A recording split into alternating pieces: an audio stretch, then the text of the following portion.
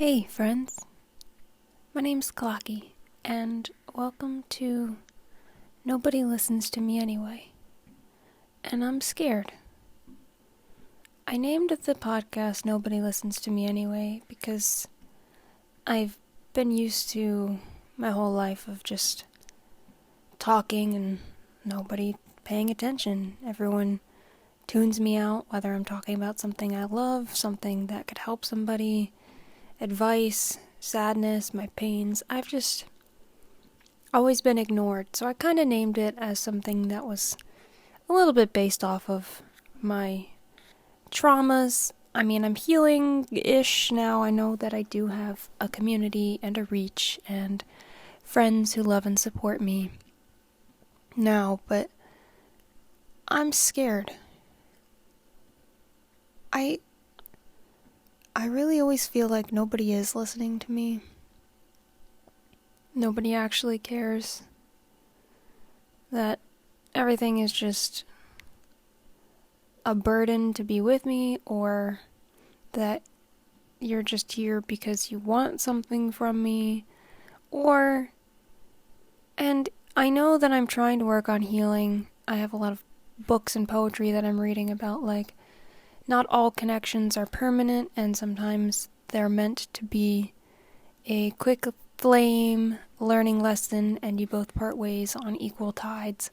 And that's okay, and that is okay. It definitely is. Not all connections are permanent, but I've never had a permanent connection, so it starts to make me wonder if I'm worth it, if I'm just forgettable, if everything about me is just a temporary connection.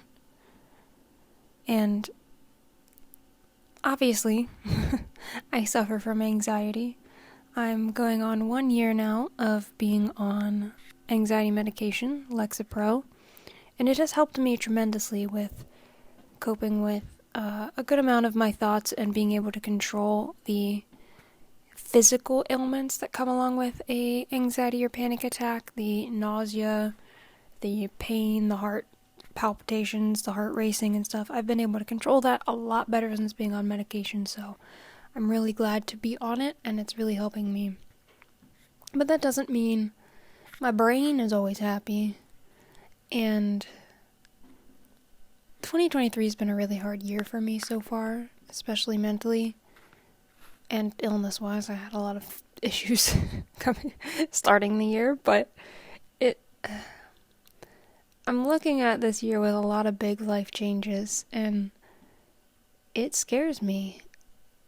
I'm a strong person, and I take on way more than I probably should, and I definitely don't leave enough room for myself, but that's just who I am as a person.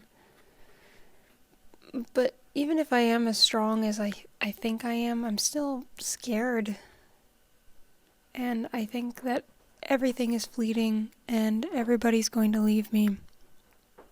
And I just kind of bide my time until people forget about me one by one, like they always do.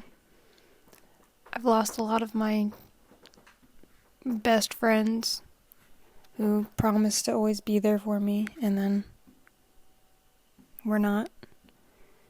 I've never had a relationship that lasted more than 2 years, which is still a great amount of time. I'm not knocking that.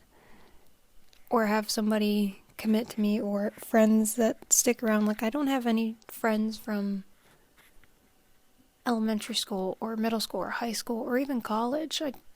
The only long-lasting friend is the one from the last episode. If you haven't listened to Coping with Mental Health with my best friend Min, you should check that one out too. But outside of that, and that's been 5 years now, which is great. I'm not saying that's not a wonderful amount of time that she's given me. I'm just always waiting for everybody to leave, always to forget. I feel like I have to reach out to my friends first all the time. I have to make plans or nobody else will. I have to encourage people in positive manners even though I'm a pessimist. I have to bring things up. I have to ask for help. And I'm like, when do I get love too? When do I get to be appreciated and cared for? Am I even worthy of that? Maybe I am just a villain like everybody pins me as the internet. And I stay up late at night thinking about this. All this drama that goes around on the internet and things people talk, and I try to not let it get to me, but enough of your best friends call you names. You start to think, maybe they see something and I'm rose-colored glassing myself. Should I see myself differently? Am I actually doing things wrong? Do I need to change who I am? Is this going to be okay? I don't know. And I don't know how to get through this fear of abandonment that I have. I've tried so many of coping mechanisms, but I feel like no matter what happens in life, I always end up alone. I always think I'm going to make forward progress, but here I am, still alone, still living alone, still alone. I go through all my pain alone. I cry alone. I laugh alone. It gets loud. Silence can be deafening sometimes. And I don't want to feel like this. I know, it's hard because I know that my community and Discord and Twitch family, they love me. And I can't thank them enough for that. And I can't get this out of my head. Like, I don't know why, but it just can't process as enough for me. It's not like I'm asking anybody to give me their life or life savings or whatever. It's just, I don't know. Like, I know that the Twitch chat, when they talk to me, they're like, we're there for you, we love you, you help us and stuff, but why can't I process that? I see it. I read it. I see it daily.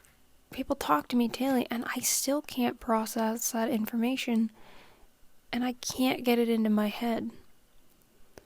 And that's sometimes the hardest thing about mental health is, like, you can have as many people in the world trying to help you or trying to say, no, you are pretty, no, you are pretty, no, you are pretty. But unless you feel pretty, it does not matter how many people call you pretty because you can't see behind the glass. And that's, I guess, what's happening is I can't see that people do want me around. I just wait for them all to leave one by one so that I can be heartbroken all over again and alone all over again and have to start over all over again, over and over for the rest of my life, because I fear I will never be committed to by friends or anything. I fear I'll always be alone, even though I know people love me. It's so in my head.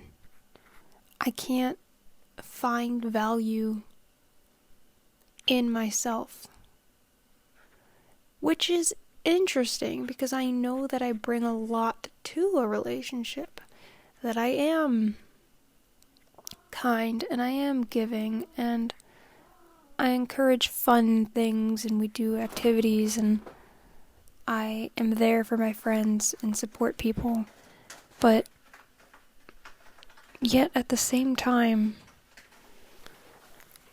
I can't find value in myself enough that it's changing the way that I think.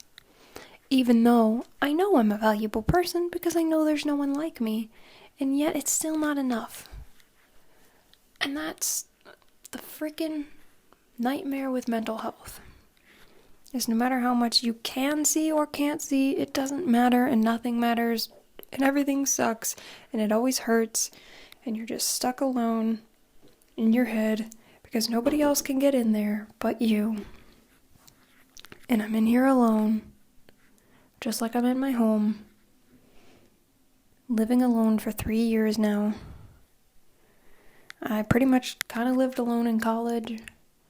I didn't have a whole lot of stuff going on in high school other than sports.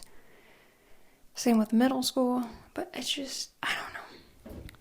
I don't even know what I'm trying to say. I don't even know what information I'm trying to process. I just know that I hate feeling like this. I'm tired of feeling like this. And I hope that you understand, I guess. Or that you can be like, hey, I feel like this too, and maybe I'm not alone. As somebody like me who has a community and has things, and yet it still doesn't get through my thick bird brain that anybody could even care about me. And the more I make progress forward, the more my brain makes progress backwards, because I have this wonderful, passionate fear of abandonment. And I love it, don't you? It's great. I want to see myself the way other people do. I want to feel the love. No, that's not true, because I can feel it. It's just, I don't know. That's all I have to say, I guess. Thank you for maybe listening, if you did. If not, that's okay too. I'm used to it. Check out the other episodes of this podcast here, Spotify, Apple, Amazon, YouTube. I also have book review podcasts, which I'm really enjoying. So if you like books, please listen to those, because I'd love to do more book reviews. I love you guys. Thanks for being there for me, even if I can't be there for myself. But I'll see you later. And for now, I'm clocking out. Bye-bye.